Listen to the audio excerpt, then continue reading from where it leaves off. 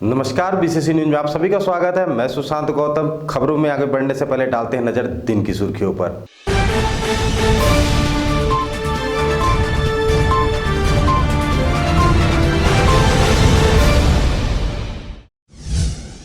पर्यटन स्थलों के संरक्षण और संवर्धन के लिए वन विभाग प्रतिबद्ध।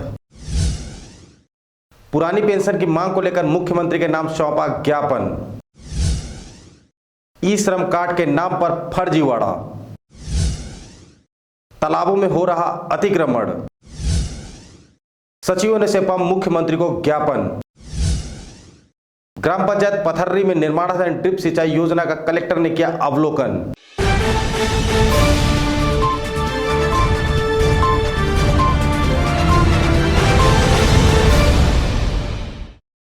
अब खबरें विस्तार से।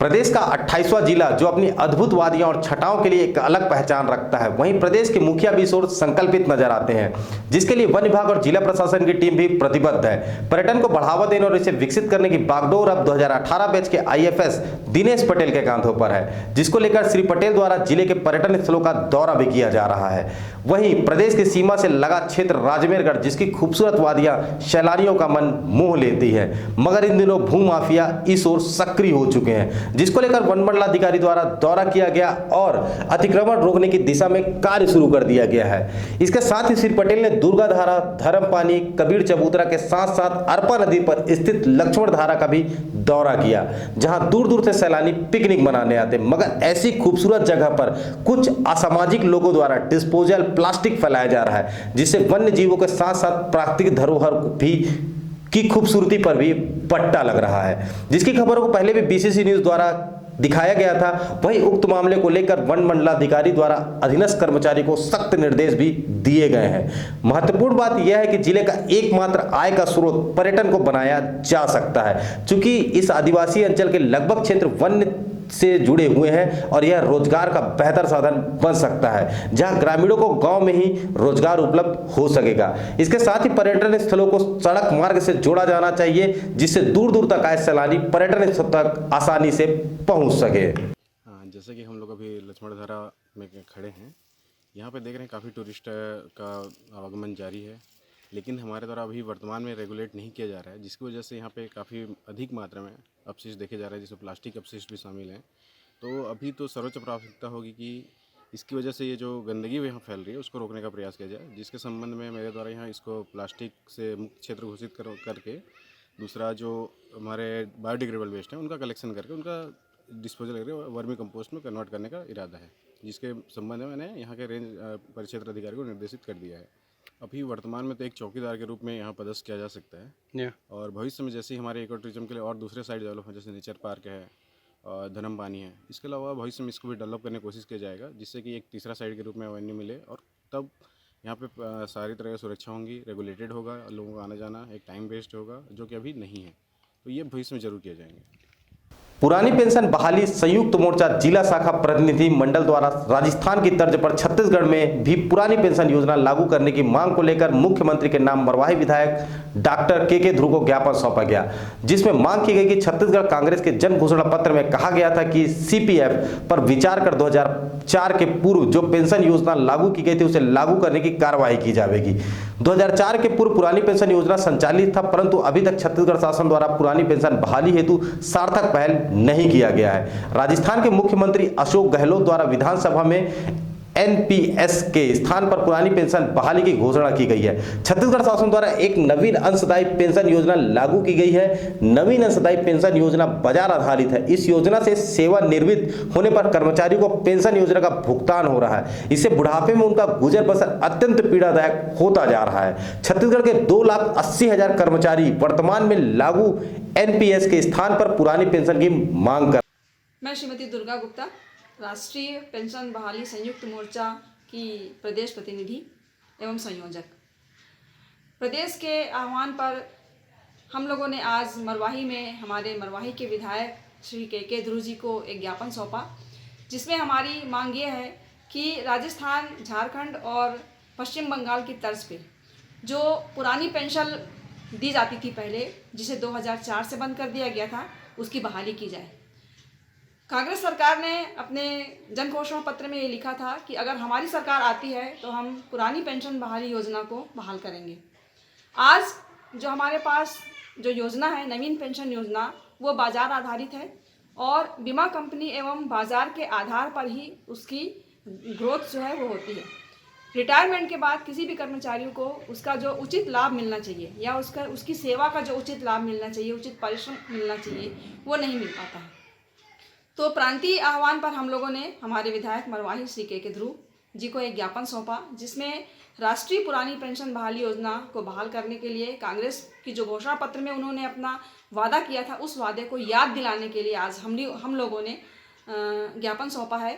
और उस ज्ञापन में हम लोगों ने ये मांग की है कि एनपीएस के स्थान पे ओपीएस को लागू किया जाए, अतिशीघ्र ही ओपीएस को लागू किया जाए, जिसका आप लोगों ने वादा किया था और आप अपना वादा निभाइए। इसलिए हम लोगों ने 13 तारीख को रायपुर में एक रैली एवं धरना का आयोजन भी किया है, जिसमें हम सभी पदाधिकारी, चाहे वो जिला स्तर के हों, चाहे वो ब्लॉक स्तर के हों, या सभी विभागों के जो एनपीएस को जो प्राप्त कर रहे हैं आज नवीन पेंशन योजना जिनके ऊपर लागू हो रही है, वो सभी विभागों के कर्मचारी वहां पर एकत्रित होंगे और अपनी मांगों को लेकर के धरना प्रदर्शन एवं रैली का आयोजन करेंगे। जिला गौरला पिंडा मरवाही में ई श्रम कार्ड के नाम पर फर्जीवाड़ा का मामला सामने आया है। मामला पिंडरा के अड़भाड़ गांव का है, जहां करीब 15 लोग इस ठगी के शिकार हुए हैं। ठगी के शिकार महिलाओं ने बेलतरा निवासी राम सिंह पर लाखों की ठगी का आरोप लगाया है। महिलाओं ने बताया कि आरोपी ने अपने आप को सरकारी कर्मचारी बताकर सरकार की ई श्रम कार्ड योजना के तहत सिलाई मशीन आदि दिलाए जाने का झांसा देकर हम लोगों से पैसे ऐंठ लिए। अड़भाड़ निवासी महिलाओं ने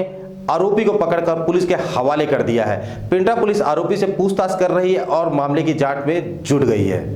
मैं सर इंसान से मैं पैसा दी हूँ, मशीन दूंगा करके बोला था, तो इसको पकड़े तो हम लोग आए यहाँ। सरकारी कर्मचारी हूँ करके बोला था, अब हमसे पैसा लिया था मशीन दूंगा करके, तो 15 लोग से लिया है। मेरे को तो ये वाला धन कुट्टी वाला मशीन दूंगा, उसके साथ में दाल पीसने वाला और आटा पीसने वाला मशीन दूंगा करके लिया, और दूसरे लोग से लिया है कि उनको दोना पत्थर वाला मशीन दूंगा करके। ये नवंबर में दिए गए हैं हम लोग पैसा, ये नवंबर से ही जा रहे हैं। नवंबर में आया रहा गांव में, हाँ। और वो मोबाइल में दिखाया कि कोई ई श्रम कार्ड के तहत मैं दूंगा मशीन करके बोला रहा। क्या ये हूँ सरकारी कर्मचारी हूँ बोला सर।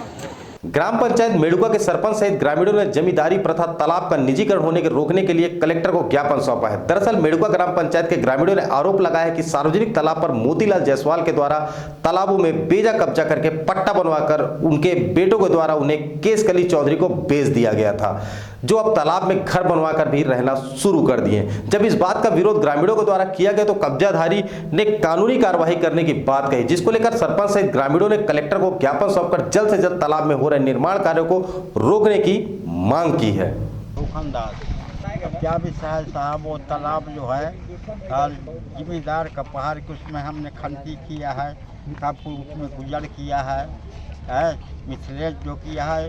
ये तालाब नवा तालाब जो है ये बिक्री नहीं होगा, ये ग्राम मेडुका का है, ऐसे करके बोल के चला गया। उसमें पीते खाते नहाते धोते है साहब, लेकिन अब एक दूसरे जगह कोई मोतीलाल का लड़का की काबी कर दिया, उसमें काबिज होता है।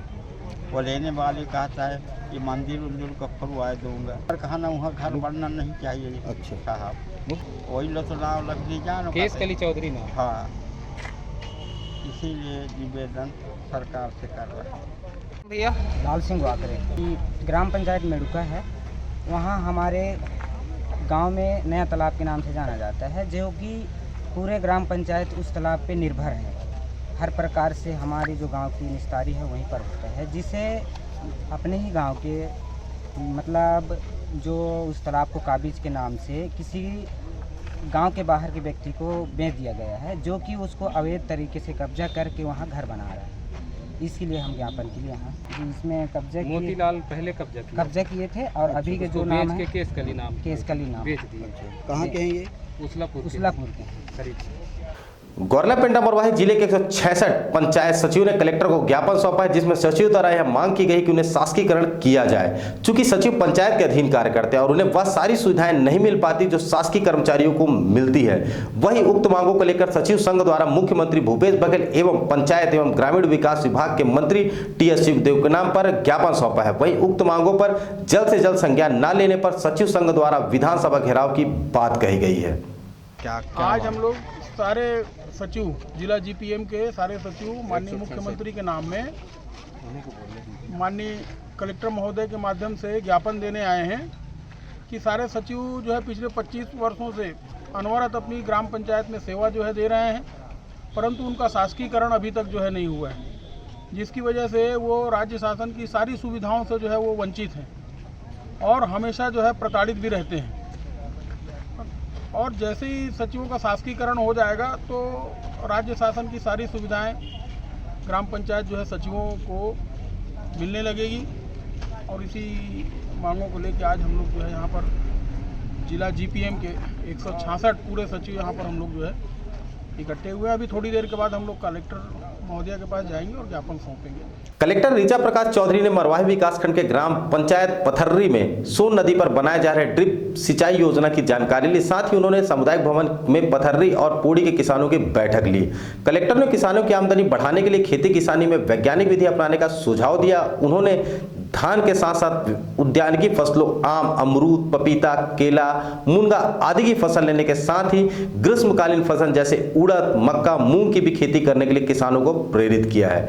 वहीं सिंचाई विभाग के कार्यपालक अभियंता आर.के. तिवारी ने बताया कि सोन नदी पर ड्रिप सिंचाई योजना कार्य प्रगति पर है। इस योजना से पथरी पंचायत के 195 किसानों को 139 हेक्टेयर क्षेत्र में एवं पूड़ी के 91 किसानों को 47 हेक्टेयर क्षेत्र में सब्जी और धान के लिए सिंचाई सुविधा मिलेगी।